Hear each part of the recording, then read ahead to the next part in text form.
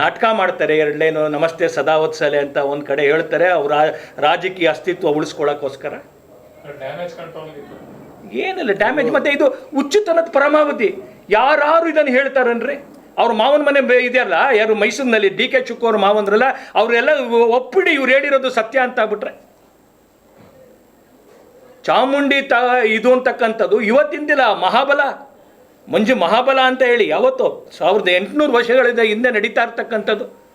ಅವ್ರು ಯಾರೋ ಭಗವಾನ್ ಅಂತ, ಯಾರೋ ಒಬ್ಬ ವಿವೇಕ ಇಲ್ದಿರೋಂಥ ಪ್ರಗತಿಪರರು, ಏನು ನಮ್ಮ ಮಹಿಷ ಅಂತ ಇದ್ದ ಅಂತೇಳಿ ಅವ್ರು ಯಾರೋ ಕಲ್ಪನೆ ಕೊಟ್ಟರೆ, ಇನ್ಯಾರು ಇನ್ನೊಂಥರ ಕಲ್ಪನೆ ಸರ್ಕಾರದ ಒಳಗಡೆ ಇರೋವಂಥವ್ರು ಪ್ರಮಾಣ ವಚನ ತೊಗೊಂಡಿದ್ದಾರೆ ತಾನೆ ಇವರು.